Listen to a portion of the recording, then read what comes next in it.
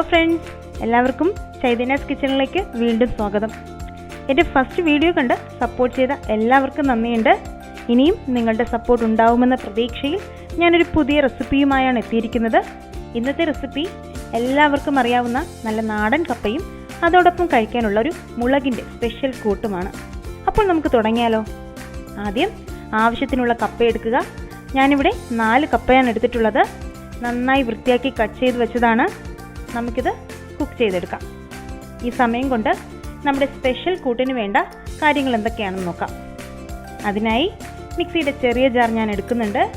അതിലേക്ക് ചെറുതായി കട്ട് ചെയ്ത് വെച്ചിരിക്കുന്ന 2 സവോള ഇടാം. അടുത്ത് വേണ്ടത് മുളക് പൊടിയാണ്.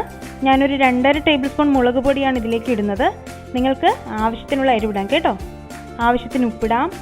ഇതിലേക്ക് നമ്മുടെ സ്പെഷ്യൽ ഇൻഗ്രീഡിയൻ്റ് ആയ വെളിച്ചെണ്ണയാണ് ഞാൻ ഒഴിക്കുന്നത്.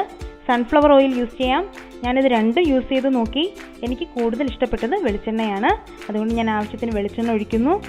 ഇനി നല്ലതുപോലെ അരച്ചെടുക്കണം. ഈ ഒരു കൺസിസ്റ്റൻസിയിൽ വേണം അരച്ചെടുക്കാൻ. ഇത്രയേ വേണ്ടൂ. നമ്മുടെ മുളക് ചമ്മന്തി റെഡി. വളരെ ഈസിയായി ഉണ്ടാക്കാൻ പറ്റുന്ന ഒന്നാണ്.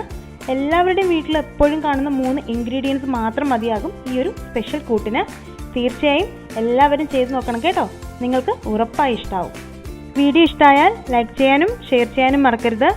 എൻ്റെ അടുത്ത വീഡിയോ കുട്ടികൾക്ക് ഇഷ്ടമാകുന്ന ഒരു ഐസ്ക്രീം മേക്കിംഗ് വീഡിയോ ആണ്. കാണാൻ മറക്കരുത്. ഇതിനായി ഈ ചാനൽ ഇപ്പോൾ തന്നെ സബ്സ്ക്രൈബ് ചെയ്ത് ബെല്ലൈക്കൺ ക്ലിക്ക് ചെയ്യുക.